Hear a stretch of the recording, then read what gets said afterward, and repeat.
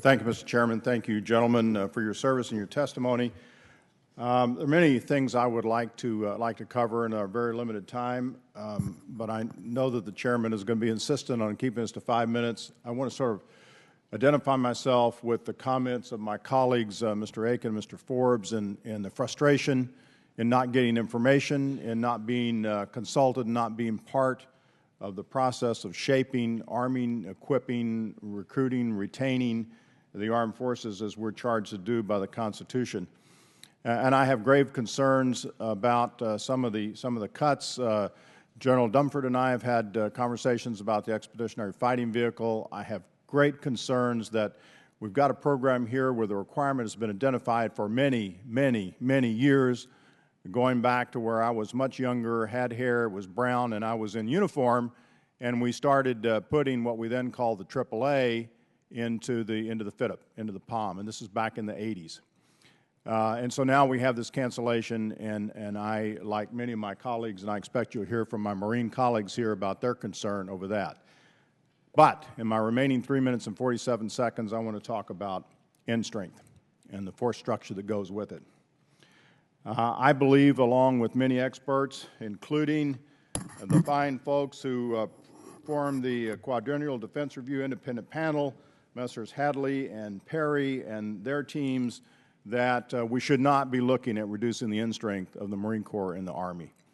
I've been a member of this panel now for going on 9 years, and I watched the debate and the struggle as we took the size of the Army and the Marine Corps and year by year worked to build that end strength as we were putting enormous pressure on the reserve component in ways that had never been envisioned. The Minnesota National Guard has been called up again and again. The Red Bulls served the longest combat tour of any unit in the armed forces continuously in Iraq.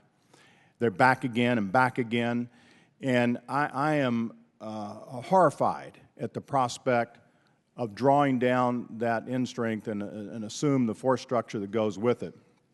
And I'm afraid that we're doing that as a cost-saving measure. And I assume that the assumption is that if you have fewer Marines and soldiers, you need less equipment, and therefore less cost. I think that's a poor strategy. I'm very, very concerned about that. But if you are going to draw down, then by golly, we need to know in some detail what that force structure is going to be and how you're going to equip that force structure. I'd like to think that I heard part of the answer to my colleague Mr. Wilson's question about end strength, that conditions-based, and we were going to look at that. This process is a little bit unwieldy, as you know, in drawing down and building up end strength, and particularly in building it up.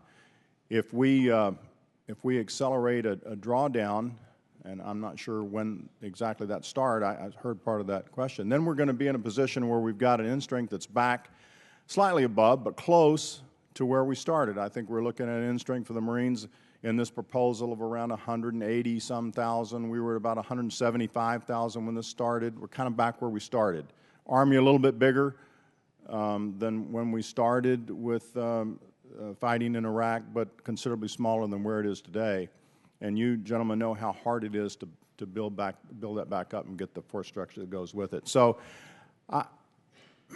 I guess I'm looking for some reassurance that somehow you now, in a way we haven't had, maybe ever, but not in decades, some sense of what the requirement's going to be for our soldiers and Marines in places that we can think about now, but where we're not deployed.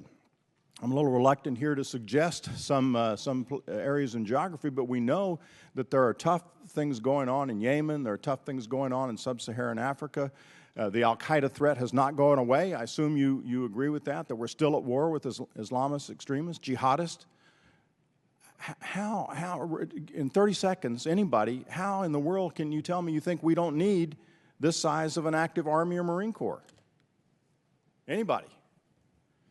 Congressman, I can tell you in the case of the Marine Corps that we actually began our Force Structure Review Group back in August, so it predated the efficiencies exercise. And in our case, we're taking a hard look at the actual operational requirements. This was not a drill to draw down the Marine Corps.